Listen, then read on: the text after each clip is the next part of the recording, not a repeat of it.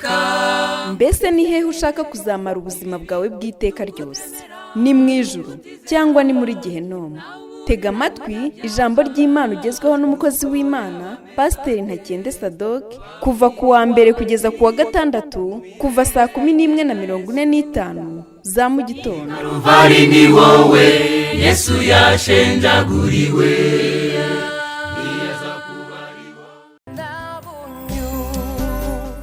Reka mbasuhuze kandi nongere kubakomeza cyane, ariko by'umwihariko twiyubake kuri Kristo, kuko uwo niwe mukunzi mwiza, yambereye umukunzi mwiza, kandi nzi ko n'abandi mwese abamaze kumwakira nk'umwami n'umukiza w'ubugingo bwanyu mwabonye inkomezi muri we, kandi muri we hari ubwihisho, hari amahoro atari nk'ay'ab'isi batanga, ahubwo amahoro atagereranwa, amahoro yuzuye, amahoro atagira ikiyakoma. Reka rero nizere ko muguwe neza aho muri hose, kandi ko mukomeye mu mwami. Imana ibaha umugisha. Reka rero tudatinze dufungure Bibiliya zacu, nkuko nari maze kubikomozaho, tugiye kureba inkomezi iva mu ijambo ry'Imana, kuko Imana iba ifite umugambi w'umuntu wose kuva mu itangiriro kuzageza mu iherezo. Jye sindeba mu iherezo n'aya maso yanjye y'umubiri, ariko mu kwizera njya ndeba ku iherezo. Imana yacu ishimwe cyane, kuko ibyo byose ari ibikora, ntabwo ari kubw'imbaraga zanjye, nta nubwo ari kubw'izundi muntu uwo ari we wese, ahubwo ni imbaraga zayo. Izo mbaraga twinjizwamo no kwizera, hanyuma tukareba ku iherezo nkuko Imana yacu ihatubwira. Tugiye kureba rero amagambo dusangira ari hano mu gitabo cya Samweli, Samweli wa kabiri, igice cyaho ni icya 7. Turasoma amagambo ahera ku murongo wa 8 w'icyo gice, tugeze ku murongo waho wa 16. Bibiliya irambwira ngo, nuko umugaragu wanjye Dawidi umubwira uti, uko ni Uwiteka Nyiringabo avuze ati, nagukuye mu rugo rw'intama mu bwungeri bwazo, ngube umutware w'ubwoko bwanjye bwa Isirayeli, kandi nabanaga nawe aho wajyaga hose, nkarimburira abanzi bawe imbere yawe, kandi nzaguha izina rikomeye nk'amazina y'abakomeye bo mu isi, kandi nzatoraniriza ubwoko bwanjye bwa Isirayeli ahantu mpabashinge bahature, habe ahabo bwite, batazimuka ukundi, kandi abanyabyaha ntibazongera kubaburabuza nk'ubwa mbere, ubwo nategekaga abacamanza gutwara ubwoko bwanjye bwa Isirayeli, kandi nzaguha ihumure ku banzi bawe bose, ndetse Uwiteka arakubwiye ngo azakuremamo umuryango, kandi iminsi yawe nigera ugasinzirana na ba sogokuruza bawe, nzimika umwana wawe wibyariye akuzungure, kandi nzakomeza ubwami bwawe. Nuko uwo niwe uzubakira izina ryanjye inzu, kandi nzakomeza intebe y'ubwami bwe iteka ryose. Nzamubera se, nawe azambera umwana, nacumura nzamuhanisha inkoni z'abantu n'ibyago by'amoko y'abantu, kandi imbabazi zanjye ntizizamwomorokaho nk'uko zomorotse kuri Sawuli nagukuye imbere. Inzu yawe n'ubwami bwawe bizahoraho bidakuka iminsi yose, kandi intebe y'ubwami bwawe izakomera iteka ryose. Aya ni amagambo ngira ngo tuganireho, ariko mu by'ukuri aya ni amagambo Uwiteka Imana yabwiye Dawidi inyuze mu kanwa k'umugaragu wayo Natani. Rero aya magambo tukiyiga, tukiyareba, tukiyatekerezaho, ngisaba Imana ngo itumurikire, turaba turi kureba kuri iyi ntego ivuga ngo Imana yibuka neza cyane aho yagukuye. Imana yibuka neza cyane aho yagukuye. Mana nziza, wowe uzi byose, uhereye mu itangiriro ukageza mu iherezo, ukabireba neza ubyitegereje nk'aho biri imbere yawe, bitari ibyo mu gihe kizaza, ahubwo kuko uri Imana udafite imbibi ushyirwaho n'igihe. Mwami, ubireba neza cyane uko biri. Uzi rero neza aho wadukuye, kandi nk'uko byagenze ku mugaragu wawe Dawidi, Mwami, waramwitegerezaga nk'uko ijambo ryawe ritubwiye, ukamenya aho wamukuye, ukamenya aho ari, ndetse n'imigambi yawe kuri we nayo urayivuga neza mu ijambo ryawe. Turakwinginze Mana ngo udufashe imitima yacu ice bugufi, twumve kandi twumvire icyo ijambo ryawe ritwigisha.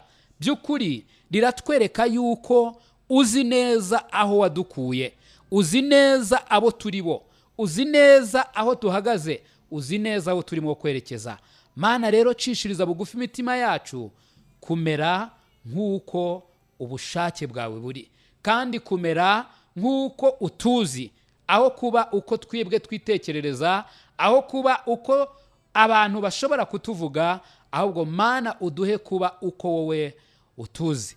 Urakoze rero, ngaho umugisha ijambo ryawe muri kano kanya, ryinjire kandi riganze mu mitima yacu, yaba jyewe uri hano ndetse n'abantu bose bateze amatwi, twese tugugirireho umugisha mu izina rya Yesu Kristo umwami wacu, amen.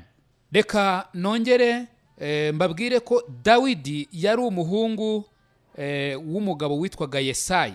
Uyu mugabo rero nkuko Bibiliya imutubwiraho muri Samweli wa mbere hano mu gice cya 16, nurekera urutoki rwawe ahangaha twasomaga, tukagaruka inyuma muri Samweli wa mbere igice cya 16, ndagira ngo tuhagaruke gatoya kuko ngira ngo urebe ukuntu Imana yari izi Dawidi kera cyane. Dawidi atari yanamenya iby'Imana imufitiye mu migambi yayo. Dawidi akiri umwana, akiri hiryo ngiyo mu muryango wa se na nyina ndetse n'abavandimwe be, Dawidi Imana yari imuzi, kandi Imana yarebaga n'umutima we ikamenya n'icyo ishaka kuzakorera Dawidi. Hanyuma muri iki gice nk'uko tubibona, igihe cyaje kugera, Abisirayeli nabo baragwa mu mitima yabo, mbari iryo jambo nkoresha, hanyuma babona yuko bakwiye kuba nk'andi mahanga, bibagirwa ko Uwiteka ari umwami wabo, maze babwira umugaragu w'Imana bati rero twimikira umwami, rwose duha umwami, natwe turashaka umwami adutegeke tube nk'andi mahanga yose, ntabwo dushaka kubaho twenyine tudafite umwami. Mu yandi magambo, Abisirayeli bari banze Imana kwibabera umwami, cyaha gikomeye cyane. Imana irababwira, irabahugura, irabigisha inyuze mu mugaragu wayo, ariko ntabwo Abisirayeli bigeze bumva icyo Imana ibabwira. Hanyuma Imana ibaha umwami. Umwami wa mbere wa Isirayeli yabaye Sawuli. Sawuli ategeka Abisirayeli, ariko Sawuli nk'uko biri bitubwira ntabwo yakomeje kumvira Uwiteka. Yaje gutana, yaje kugoma, hanyuma agomeye Uwiteka. Ari naho ngira ngo twinjire muri iki gice. Imana ireba mu Bisirayeli bose, mu gihugu cyose. Imana ireba mu batambyi bose bari mu gihugu cya Isirayeli, ireba mu bantu bose bari mu ngabo za Isirayeli, ireba mu bantu bose bo mu gihugu cya Isirayeli. Irangije ibona ko Dawidi ari we wenyine wari ukwiriye kuba umwami. Ariko se Dawidi yari muntu ki? Dawidi yari afite abavandimwe bagera kuri 7 nk'uko biri bitubwira. Hanyuma Imana ibwira Samweli iti haguruka ugende ujye kwimikisha amavuta uwo ndi bukwereke. Samweli arahaguruka anezerewe cyane, ahari yaratekerezaga ati Imana iri buze kunyereka umugabo w'ibigango, umugaba w'ingabo ahari za Isirayeli cyangwa se umwungirije, ahari Imana iri buze kureba umwe mu bo mu muryango w'umwami, Imana iri buze kureba umwe mu bagabo bakomeye cyane, hanyuma abari winyereka mwimikisha amavuta. Ariko Imana ntabwo ari wo mugambi wayo, nta nubwo Imana ariko yabigenje, ahubwo uyu mugabo Samweli akigera mu rugo kwa Yesayi, Yesayi nawe yaravuze ati rero ubu ngubu igitangaza kirakoretse rwose, umuhungu wanjye w'imfura Imana yamukunze, yamushimye, ahari niwe ugiye kwimikishwa amavuta. aramuzana uwitwaga Eliyabu, Imana ntiyamwemera. Ndetse hari ikintu gitangaje urebye hano ku murongo wa 6 w'iki gice cya 16, ngo nuko basohoye aho yitegereza Eliyabu, uwo ni Samweli, aribwira ati nukuri uwo Uwiteka yimikisha amavuta nguye imbere yanjye. Wow! N'umuhanuzi cyangwa se umutambyi w'Imana nawe nta nubwo yarebaga nk'uko Imana ireba, yaribeshyaga, yarebaga nk'umuntu. Yaribwiye ati Eliyabu uyu nguyu rwose pe, nkurikije igihagararo cye, nkurikije uko areshya, nkurikije ibigango bye, nkurikije ibigwi bye numvise mu ntambara, nkurikije ko ari we w'imfura, nkurikije rwose uwo ari we, ndabona uyu nguyu ari we Uwiteka agiye kwimikisha amavuta. Imana ntabwo ariko yabibonaga. Ku murongo wa 7 Imana iravuga ngo Uwiteka abwira Samweli ati nurebe mu maso he cyangwa ikirere cye ko ari kirekire namugaye, kuko Uwiteka atareba nk'uko abantu bareba. Abantu bareba ubwiza bugaragara, ariko Uwiteka we areba mu mutima. Eliyabu yari umugabo mwiza, niko mbitekereza. Eliyabu yari umugabo ufite igihagararo. Eliyabu yari umusore uhagarara ku rugamba ingabo zigacika igikuba. Eliyabu abantu bose bari mwose bakabamwo n'uyu mukozi w'Imana Samweli, barebesheje amaso y'umubiri baravugaga bati nguyu ugiye kuba umwami wa Isirayeli. Ariko Uwiteka ntabwo areba nk'uko abantu bareba.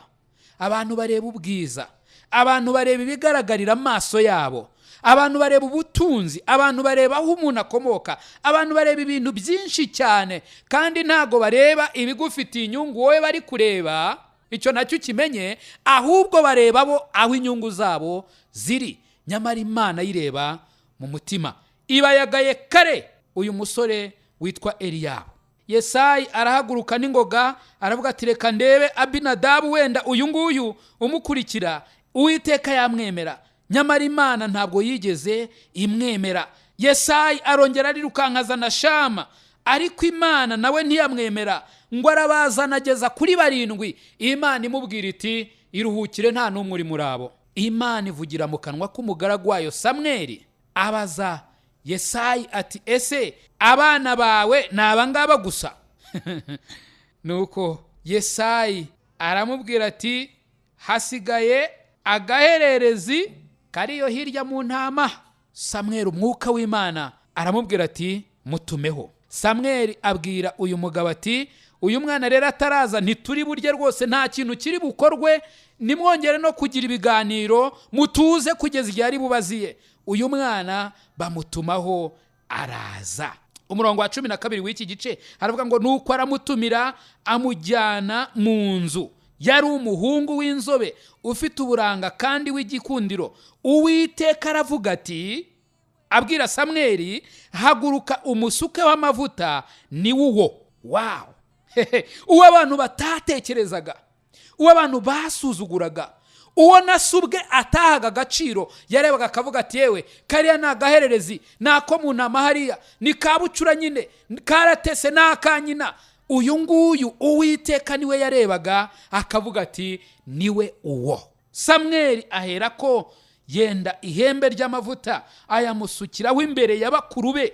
Imana ishimwe cyane, ntabwo yamujyanye mu rwiherero, ntabwo yigeze amubwira tuzaze nkubwire ngo amusange mu ihema ry'ibonaniro aba ari we yamusukiraho. Oya, ahubwo yamusukiyeho amavuta imbere y'abakuru be bose. Abo Uwiteka yari yamaze kugaya bakumva Uwiteka yivugira mu kanwa k'umugaragu we avuga ati ntabwo ari uwo, ntabwo ari Eliyabu, ntabwo ari Abinadabu, ntabwo ari Shama, ntabwo ari barumuna babo bose uko babaye 7, ahubwo Uwiteka aravuga ati nuwo. Uwo wuzuye amase n'ibisogororo, uwo nguwo usuzuguritse, uwo nguwo mudaha agaciro, uwo nguwo utarazanye iminyago, uwo nguwo batavuga mu ntambara ku rugamba, ariko uwo nguwo niwe uwo ukwiriye kuba umwami wa Isirayeli. Icyo nshaka kuvuga ni iki: Imana yari izi Dawidi, Imana yari izi umutima wa Dawidi, Imana yararebaga ikabona ko nubwo yarasuzuguritse imbere y'abantu, nubwo abantu batamubonaga ko yakwigera aba umwami, sinzi niba barabonaga yaba n'umwungirije, niba bame bagira babungirije simbizi, ariko sinzi ko babonaga ko yaba n'igikomangoma ahari, ntago babitekerezaga. Bararebaga bakabona ari agahungu k'agahererezi, ari agahungu ko mu ntamiyo, ari agahungu kari aho ngaho kadafite icyo kishe, kadafite n'icyo gakijije, ariko kadakwiye kwigera kaba umwami. Imana yareba mu Bisirayeli bose, yareba mu bari ingabo zirwanira ku mafarashi, yareba mu barwaniraga ku butaka, yareba mu bantu bari ibikomerezwa, yareba mu batambyi, yareba mu bahanuzi, yareba mu bari abacamanza, yareba mu bantu bose bari muri Isirayeli muri iki gihe, ikavuga iti Dawidi niwe ufite umutima umeze nkuko nshaka. Imana yari izi Dawidi, kandi kuko Imana itareba nk'abantu, Imana ireba mu mutima, yo ubwayo niyo yonyine yarebaga ikabona ko Dawidi yari akwiriye kuba umwami wa Isirayeli. Njya ntangazwa cyane n'ukuntu abantu tutareba nk'uko Imana ireba. Nibuka Yesu akiri hano ku isi, arimo agenda avuga ubutumwa hirya no hino, aza kugenda agera ahantu aho umukoresha w'ikoro witwa Zakayo yari yagambiriye kumubona, ariko kubera ko yari mugufi, ahari yareshyaga nkanjye simbizi, ariko uwo mugabo yari yaciye bugufi mu mutima, yumva akwiriye kubona Yesu, atitaye ku cyubahiro cye, atitaye ku kintu icyo ari cyo cyose, yumvaga ari bubone Yesu. Abantu rero uko bari bazi Zakayo, bari bamuzi nk'umuntu w'umujura, wikunda, usoresha ariko akarenzaho ibye, mbese ntago bari bamufitiye ubuhamya bwiza. Ariko Imana kuko ireba mu mutima, Yesu umwami Imana ageze munsi y'igiti aho Zakayo yarari, aba ari kwitegereza mu mutima wa Zakayo, arareba inyota iri mu mutima wa Zakayo, arareba gushaka kwa Zakayo, arareba ibyifuzo biri mu mutima wa Zakayo. Arangije aravuga ati rero Zakayo, manuka kuko uyu munsi ndarari wawe. Abantu bari kumwe nawe, barimo n'abigishwa be, barimo abafarisayo, abantu bose baravuga bati he, ni gute yajya mu rugo rw'umunyabyaha nka Zakayo? Ni gute yatinyuka akarya iwe? Abantu bareba nk'abantu, ariko Imana ireba nk'Imana. Imana ireba mu mutima. Yesu yitegerezaga mu mutima wa Zakayo, akabonamo gusonza, akabonamo inyota, akabonamo gushaka Imana, akabonamo guca bugufi. Nuko Yesu kuko yarebaga mu mutima, kandi kuko yarebaga ko Zakayo icyo ashaka ari we wenyine ugifite, Yesu ajya kwa Zakayo, ararayo, asangira nawe.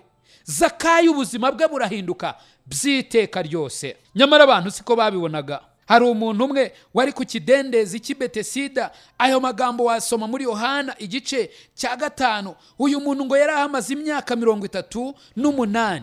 Sinzi impamvu, ariko njya nibaza ibibazo byinshi cyane kuri uyu mugabo. Aho ku kidendezi simpamya ko yari ahari wenyine, hari abantu benshi cyane, ndetse hari n'abandi barwayi benshi cyane.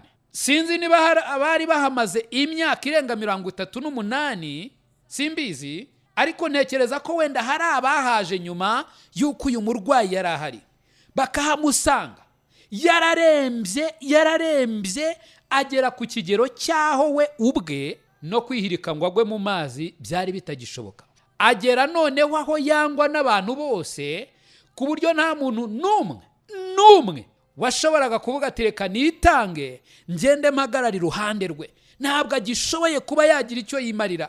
Noneho amazi niyihinduriza, nzamutere n'umugeri byibura gwe mu mazi. Nta muntu n'umwe washakaga kumwegera. Hanyuma ngo uyu muntu abaho ngaho, arahaborera, arahazaharira imyaka 38. Yesu kuko areba mu mutima, atareba nk'uko abantu bareba. Ahari abantu wenda baravugaga bati uyu n'ubundi yarapfuye, reka bazima bajyemwo, abakikanyakanya bajyemwo bakire batahe. Sinzi uko batekerezaga, ariko Yesu utareba nk'abantu yitegereza uyu mugabo. Uyu muntu ngo mu myaka ye 38 yari amaze kumenya neza yuko we ubwe nta mbaraga afite zakwiterera mu kidendezi. Iyi myaka ya 38 ari ahangaha yari amaze gusobanukirwa ko nta muntu n'umwe uri ku isi umwitayeho washoboraga kwigera muterera mu kidendezi. Yesu amwitegereje mu mutima, arebye uko guca bugufi kuri mu mutima we, arebye uko kwiyakira kuri mu mutima we, arebye uko kumenya neza uwo ari we kuri mu mutima we. Yesu arangije ngo amubaze ikibazo, aramubaza ati se urashaka gukira? Uyu mugabo ntabwo yigeze asubiza ngo ni koko ndashaka gukira, ahubwo yaravuze ati yewe nta mbaraga.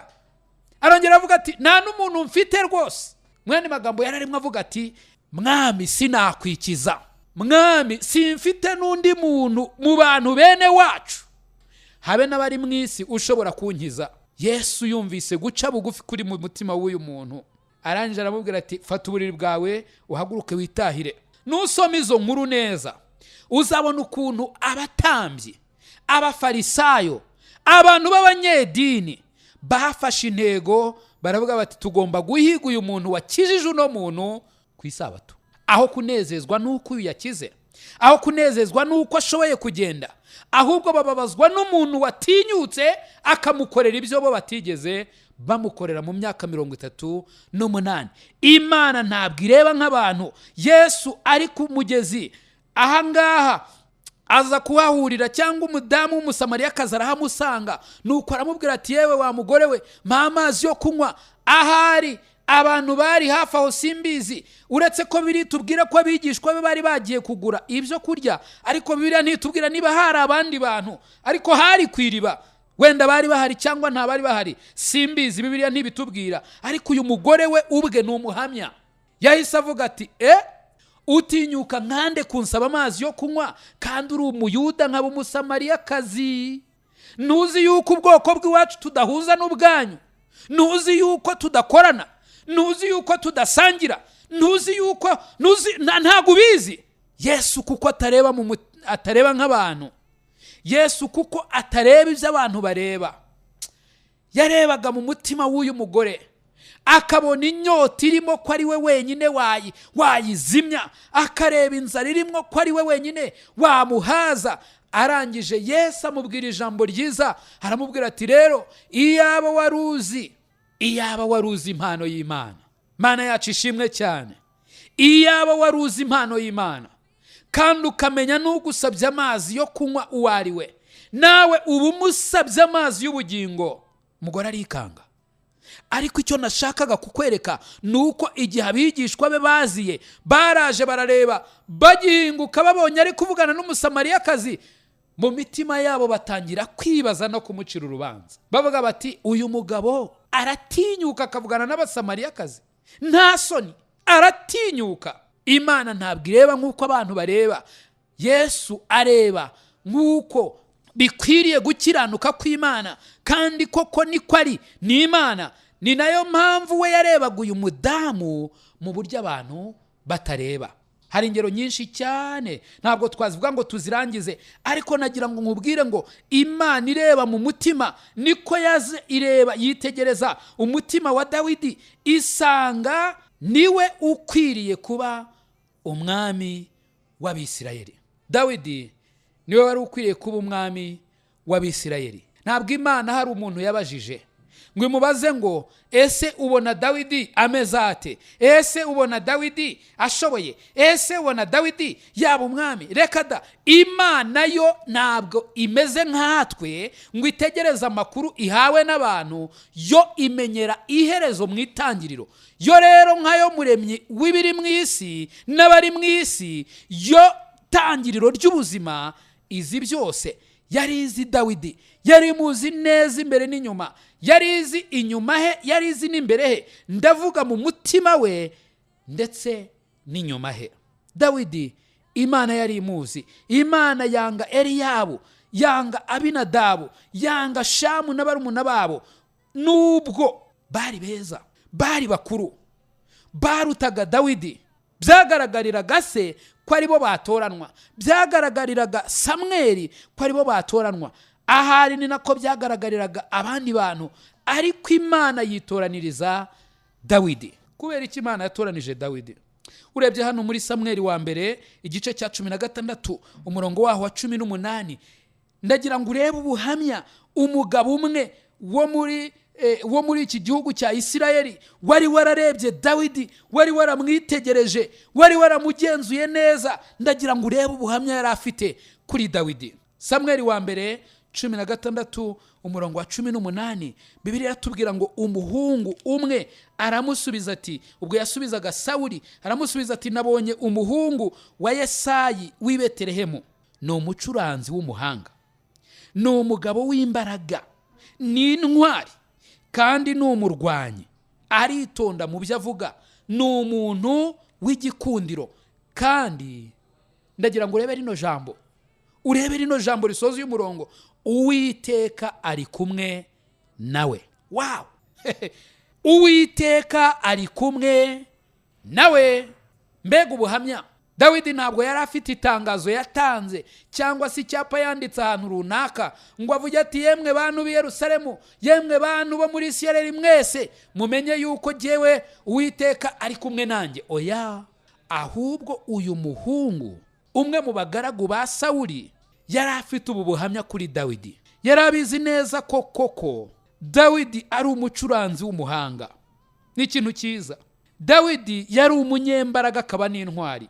Kandi reka ko uyu muhungu abivuge, Dawidi yari yarishe intare, tanyaguza intare, yari yarishe idubu. Igihe cyose yaragiraga intama, Dawidi yerekanye umutima we ko ari munini cyane kuruta uko yarari, kuko igihe yasatiraga intare, igihe yasatiraga idubu, igihe yasatiraga izo nyamaswa z'inkazi zose, byerekanye ko ari intwari, nubwo yari akiri umwana muto ngo n'umurwanyi. Uyu mugabo arongera aravuga ati Dawidi aritonda mu byo avuga. Dawidi ni umuntu w'igikundiro, ariko ijambo rihebuje yose ngira ngo uceho akarongo. Ubu bwari ubuhamya bwa Dawidi. Uwiteka yari kumwe nawe. Ndagira ngo wibaze muri kano kanya wowe uteze amatwi, mbese ubuhamya bwawe bumeze bute? Mbese ubuhamya bwawe ni ubuhe? Ese aho muri uyu mujyi wa Kigali byonyine hari uwavuga ati uriya mugabo ari kumwe n'Uwiteka, uriya mudamu ari kumwe n'Uwiteka, uriya mukobwa ari kumwe n'Uwiteka? Mbese ubwo buhamya bwawe ubwawe? Ntunsubize, ntugire n'uwusubiza, ahubwo wibaze wowe ubwawe, ubaze umutima wawe niba koko ibyo bintu bishobora kubaho. Kandi ndagira ngo nkubare amatsiko, ntabwo byabaho niba koko ibyo bintu atari ukuri, atari impamo. Niba Uwiteka atari kumwe nawe, kandi wakwibaza uti ni gute se Uwiteka yaba atari kumwe nanjye? Niba ugendera mu byaha, niba ukora ibyangwa n'Uwiteka, menya neza yuko Uwiteka nubwo akunda abanyabyaha, ntabwo ashobora kubana n'ibyaha. Igihe cyose ugikunze ibyaha bigutandukanya n'Uwiteka. Kandi ntabwo bigutandukanya n'Uwiteka gusa, icyaha kigutandukanya nawe ubwawe, ndetse kikagutandukanya n'abandi. Rero wari ukwiye kwibaza, mbese koko nanjye nagira ubu buhamya ko Uwiteka ari kumwe nanjye? Dawidi yari afite ubu buhamya, yari kumwe n'Uwiteka, kandi n'Uwiteka nawe yari umuhamya, kuko igihe yitegerezaga muri Isirayeli yose akabonamwo Dawidi wenyine ko ari ufite umutima yishimira. Igihe Dawidi yari mu ntama, igihe Dawidi yari ari mu mahurunguru y'intama, ariyo ngiyo ahantu abantu benshi b'abanyacyubahiro batakwifuza kuba, Dawidi aho niho yari ari. Kandi aho niho Imana yareberaga mu mutima wa Dawidi ikabona yuko akwiriye kuba umwami. Dawidi rero Imana imwimikira kuba umwami. Dawidi aragenda aba umugabo ukomeye, aza guhakwa kwa Sawuli, wari umwami ariko wamaze kwangwa n'Uwiteka. Dawidi nubwo yari umwami Uwiteka yishimira, ntabwo Dawidi yigeze yuzura ubwibone ngo avuge ngo jyewe sinajya kuba umugaragu, jyewe sinagira gutya na gutya. Oya, ahubwo Dawidi yumvaga neza yuko agomba gukora icyo Imana ishaka. Yemera kuba umugaragu kandi ari umwami, akajya acurangira Sawuli, akajya amuruhura. Dawidi yakuye igisuzuguriro ku Bisirayeli bose. Ndagira ngo urebye hano muri Bibiliya, Samweli wa mbere igice cya 17 ku murongo waho wa 16, hari umugabo witwaga Goliyati w'Umufilisitiya. Nuza gusoma icyo gice cyose uri buze kubibona ukuntu yasuzuguye Abisirayeli, arabasuzugura. iminsi 40 yose yarazaga agasuzugura ingabo za Isirayeli ndetse agasuzugura Imana ya Isirayeli. Nuko Dawidi rimwe ngo atumwe na se kujya kureba abakuru be, aragenda ageze aho hantu ingabo za Isirayeli zari ziri, ngo yitegereza bakuru be abona bari amahoro, yitegereza abandi basirikare abona bari amahoro. Arangije mbere yuko ataha agiye kubona abona icyo kigabo Goliyati gihagaze kisakuma kitera hejuru gituka Imana ya Isirayeli, gisuzugura ingabo za Isirayeli. Ariko aza kubona ikindi kintu gitangaje. Agiye kubona abona Abisirayeli bose bakonje, abona Abisirayeli bose bagize ubwoba. Arangije Dawidi yuzura ishyaka, Dawidi yuzura umwuka w'Imana. Arangije aravuga ati uriya mugabo ni nkande, ndetse amuvuga nkuko yarari, avuga ko ari umuntu usuzuguritse, ari umuntu udakwiriye gutuka ubwoko bw'Imana no kubusuzugura. Maze Dawidi afata umwanzuro wo gukora ibyo abandi batari gukora, afata umwanzuro wo gukura igisuzuguriro ku bwoko bwa Isirayeli, afata umwanzuro wo guhesha izina ry'Uwiteka icyubahiro.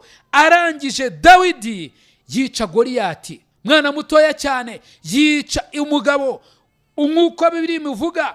Yari umugabo muremure munini cyane, wambaye ibyuma, wambaye ibintu bikomeye cyane by'intambara. Ariko Dawidi amutera nkuko yabivuze mu izina ry'Uwiteka, amuteye mu izina ry'Uwiteka. Ntabwo yiriwe amutera kabiri, kuko Imana ni Imana ikomeye, Imana ni Imana itagira ikihagarara imbere.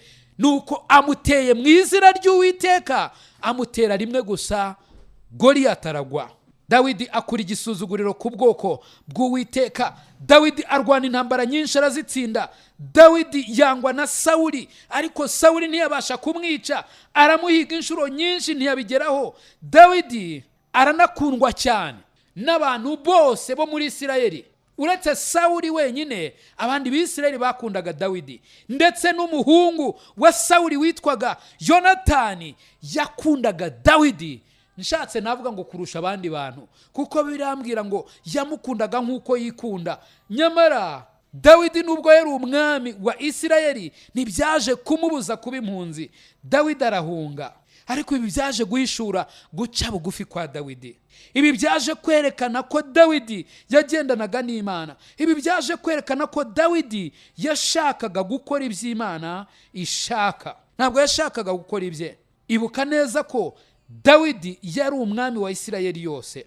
Dawidi hanyuma yaje kuba mu rurembo yubakiwe, ari rwo rwitwaga ururembo rwa Dawidi. Hanyuma Dawidi nkuko Bibiliya bitubwira, igihe cyaje kugera agarura isanduku y'isezerano ayizana mu rurembo rwe. Ayizanye mu rurembo rwe, abana nayo aranezerwa. Ahangaha arabyina cyane, aranezerwa, ahimbaza Uwiteka ku isanduku y'Uwiteka yongeye kugaruka. Ariko ahangaha ni nawe igitekerezo cyaziye muri Dawidi. Dawidi aritegereje, arebye inzu abamo, arebye ahantu atuye, arebye ahantu Imana yamukuye, ikamukura mu rwuri aho yaragiraga intama, ikamutoranya muri bakuru be bose, ikamutoranya mu bwoko bwa Isirayeli bwose, ikamuhindura umwami, ikamuhindura intwari, ikamujya imbere mu rugamba, ntiyigere yicirwa ku rugamba. Dawidi arebye isanduku y'Uwiteka ahantu yari iri mu ihema mu rurembo rwa Dawidi aho ngaho, Dawidi aravuga ati ntago bishoboka, ahubwo ngiye kubakira Uwiteka inzu, ngiye kubakira Uwiteka inzu.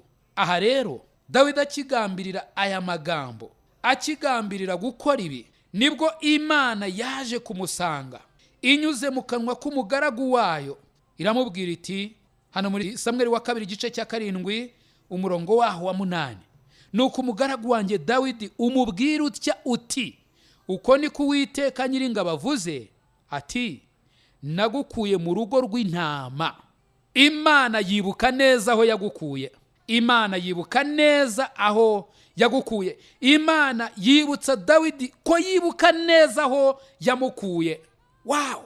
Dawidi abaye umwami, Dawidi arwanya intambara, Dawidi arazitsinze, Dawidi abayeho neza, Dawidi aratuje, n'abanzi be rwose baratuje. Dawidi arangije aritegereza, arareba, aravuga ati ntabwo bikwiriye ko ndyama, ntabwo bikwiriye ko ndamarara, ahubwo nkwiriye kubakira Uwiteka inzu. Imana nayo yereka Dawidi ko yibuka neza aho yamukuye. Ari nawo mutwe w'icyigisho cyacu. Imana yibuka neza aho yagukuye. Wowe uteze amatwi ushobora kuvuga uti uyu munsi ndababaye cyane, uyu munsi ndakomerewe, uyu munsi ntabwo nzi ibyo ndimo, cyangwa se uyu munsi ukaba unanezerewe uvuga uti yewe nagenze neza mu nzira zose nagenze, ibyo nakoze narahiriwe, ibintu byangendekeye uko nifuzaga. Ndagira ngo nkubwire ngo Uwiteka we ntabwo yibagiwe neza aho yagukuye. Uwiteka niwe wakuremye ukiri urusoro mu nda ya mama wawe. N'urwo rusoro Uwiteka niwe waruremye mu buryo bw'igitangaza. Imana yaraturemye mu nda za ba mama, irangije mu buryo bw'igitangaza tuza hano ku isi. Nta muntu n'umwe wigeze agira uruhare mu kubaho kwe ngo avuge ati jyewe ndaba gutya, nzareshya gutya, nzagira umubyimba ungana gutya. Oya, Uwiteka ubwe niwe wabikoze mu nda za ba mama, niwe waturinze kugeza n'uyu munsi. Uwiteka ubwe niwe waciye inzira igihe zagaragaraga nk'izidahari. Uwiteka niwe wabikoze mu bushake bwe, mu mbaraga ze, mu rukundo rwe no mu mbabazi ze. Uwiteka niwe wabyikoreye, kandi ibyo byose yabikoreye impamvu nuko agufiteho umugambi. Azi neza aho ari kukwerekeza, azi neza ibyo aguteganyiriza. Mana yacu ishimwe cyane. Ni nayo mpamvu tugiye mu mugambi w'Imana mukuru. Ndagira ngo nkubwire ngo kuba uriho ntabwo ari impanuka, ahubwo Imana igufitiye umugambi. Ni nayo mpamvu yohereje Yesu Kristo cya gihe igihe yazaga akabaho hano ku isi, akahaba adakoze icyaha mu gihe cyose yahamaze. Hanyuma kuko yari Imana kandi yagombaga gukora umurimo wo gucungura umwana w'umuntu, aza kubikora. Cyagiye ku musaraba, arapfa, arahamba. Nyuma y'iminsi 3 n'amajoro 3 arazuka, azukanye intsinzi. Byari ukugira ngo wowe nanjye nitumwizera, ibyo twanyuramo byose, uko twabaho kose, wa mugambi w'Imana wo kongera kutugeza kuri yo, ikongera ikatwishimira, tukabana nayo mu mahoro asesuye, wongera usohore. Imana yacu ishimwe cyane. Yesu ntabwo yigeze atinya ko arimwo kuvuga ko ari kudutegurira aho tuzaba tukabana nawe mu bwami bwe bw'amahoro. Imana yacu ishimwe cyane. Hari amagambo ngira ngo nsorezeho ari hano mu Bakorinto ba mbere igice cyaho cya 15. Ayo magambo avuga neza ibindi ku mutima, ari byo rukumbuzi rw'uwo munsi utagira ukusa. Wow! Ubwo urupfu ruzaba rwamizwe no kunesha. Mana yacu ishimwe cyane.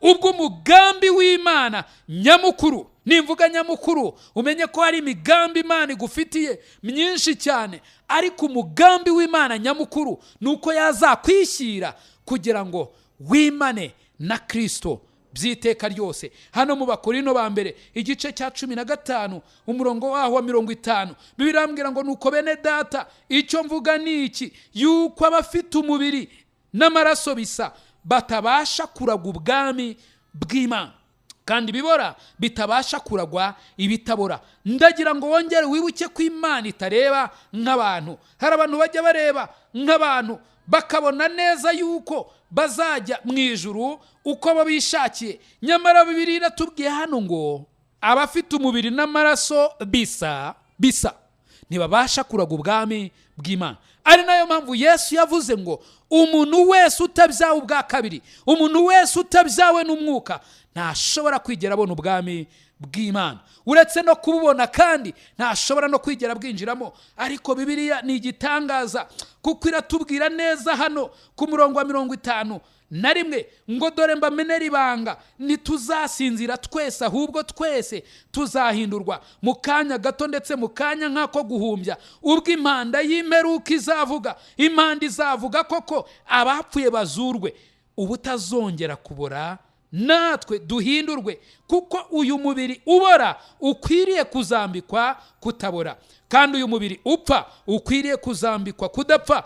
Ariko uyu ubora numara kwambikwa kutabora, n'uyu upfa ukambikwa kudapfa, nibwo hazasohora rya jambo ryanditswe ngo urupfu rumizwe no kunesha.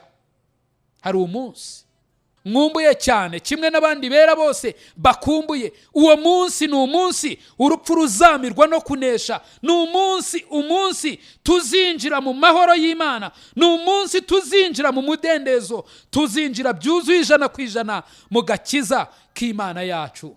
Imana igufiteho umugambi, kandi ndagira ngo wibuke ko izi neza aho yagukuye, izi naho uri, ndetse izi naho irimo kukwerekeza. Nezererwa rero kandi ushima Imana kandi ugendane nayo.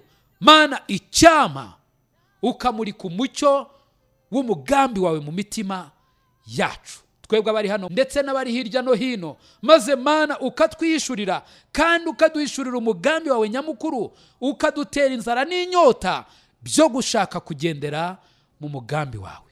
Uri mwiza, ngaho bana na buri wese mu izina rya Yesu Kristo umwami wacu, amen. I Calvary ni wowe Yesu yashenjaguriwe. Nshuti mukundwa, mbese aho izina ryawe ryanditswe mu gitabo cy'ubugingo? Ese impanda ivuze Yesu agarutse nona, cyangwa uramutse uvuye mu mubiri, wizeye neza 100% ko wajya mu ijuru? Ndakwinginga ngo uyu munsi utekereze ku iherezo ryawe, maze ufate umwanzuro uruta iyindi. Imana iragukunda kandi Yesu aragutegereje. Ngwino, tebuka aguha agakiza, akuruhura umutwaro w'ubwoba, aguha amahoro, umunezero n'ibyiringiro byuzuye byo mu mutima. Ukeneye ubundi bufasha, waduhamagara kuri izi nimero: 0783 00 16 46. Imana iguha umugisha. Kuba ari wowe munyabyaha gusa uhari, ntibyari kubuza Yesu kuza hano kugupfira. Niwaburira imbabazi